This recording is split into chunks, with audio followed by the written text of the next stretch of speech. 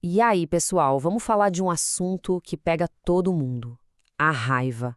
Sabe aquela irritação, aquele pavio curto que às vezes parece que vem do nada? Pois é.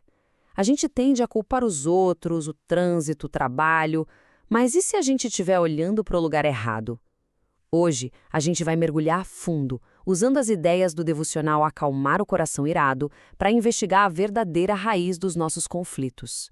E para isso, a gente vai ter que olhar para um lugar que, convenhamos, a gente geralmente evita: o nosso próprio coração. A nossa jornada começa com essa pergunta aqui. Ela vem lá do livro de Tiago na Bíblia. E olha, é quase um soco no estômago de tão direta.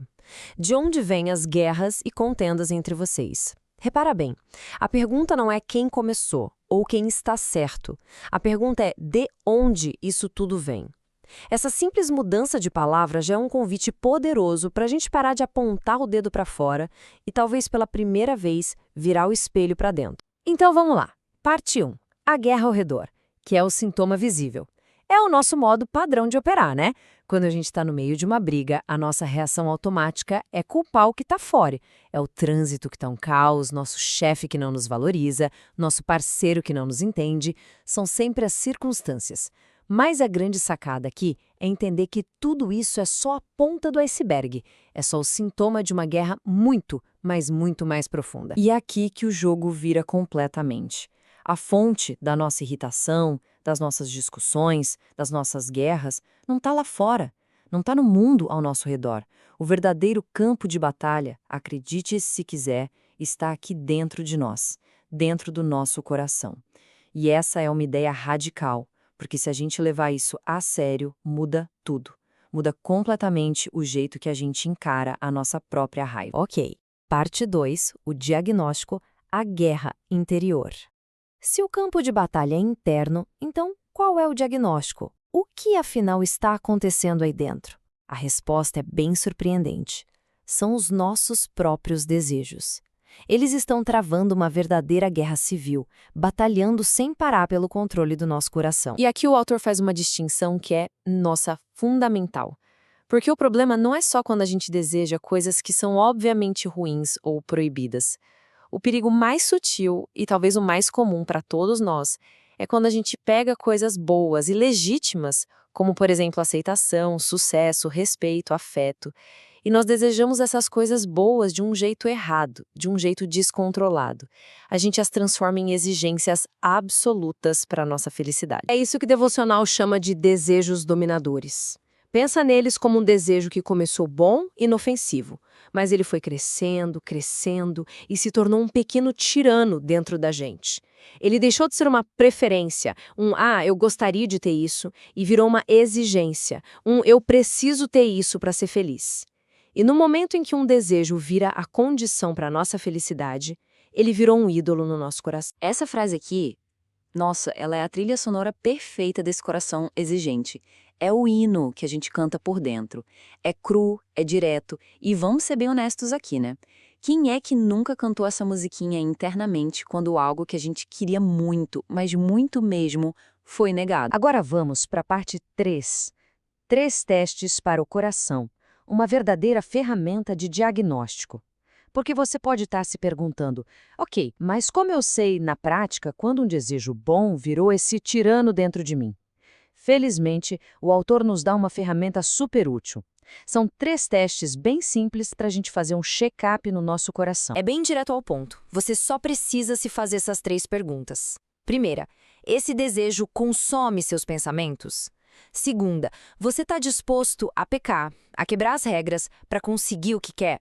E a terceira, você peca quando você não consegue o que quer? Ser honesto nessas respostas é o que vai revelar o que realmente está acontecendo aí dentro. Vamos detalhar o primeiro teste. Seu desejo te consome? Pensa um pouco sobre o que ocupa sua mente durante o dia. Sabe aquele pensamento que fica voltando em loop?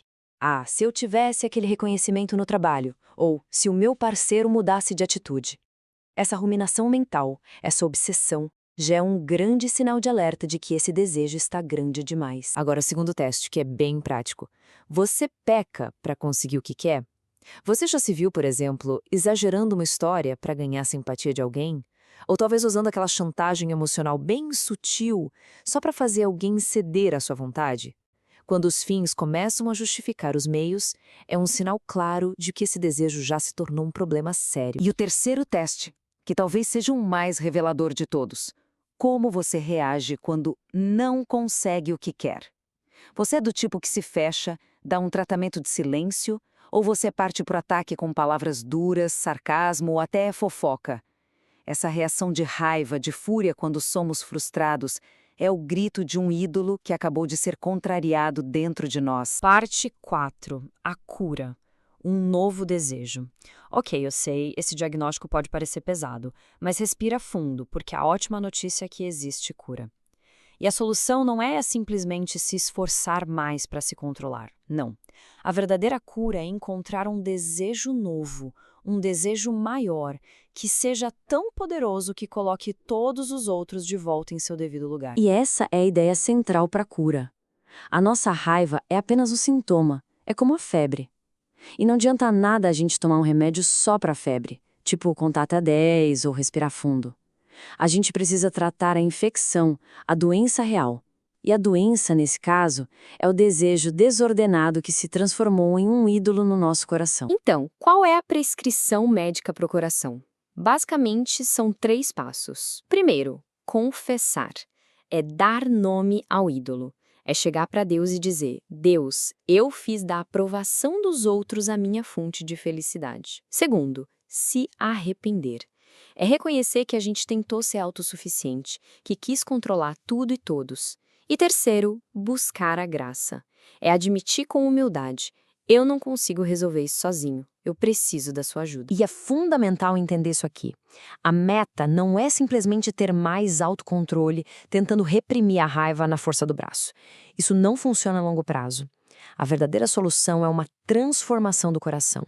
É o que acontece quando o Evangelho nos mostra um amor e uma aceitação em Cristo que são tão grandes, tão seguros, que os nossos outros desejos simplesmente perdem o poder e o controle sobre nós. No fim das contas, o objetivo de toda essa jornada é chegar a este lugar, a paz verdadeira, aquela paz profunda que todos nós buscamos. Não vem de um coração que consegue tudo o que exige. A paz verdadeira vem de um coração que aprende a encontrar seu maior prazer, seu maior deleite naquilo que Deus quer. Então, para a gente fechar, a nossa raiva vem de desejos que viraram ídolos.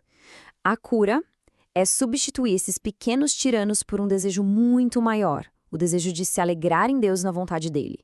E isso é uma jornada, não é um concerto de um dia para o outro, é um processo diário. Mas confie que você não está sozinho nisso. Jesus e o Espírito Santo estão trabalhando para acalmar seu coração e reordenar seus amores. E a pergunta que eu deixo para você refletir é essa: qual desejo você precisa entregar a ele hoje?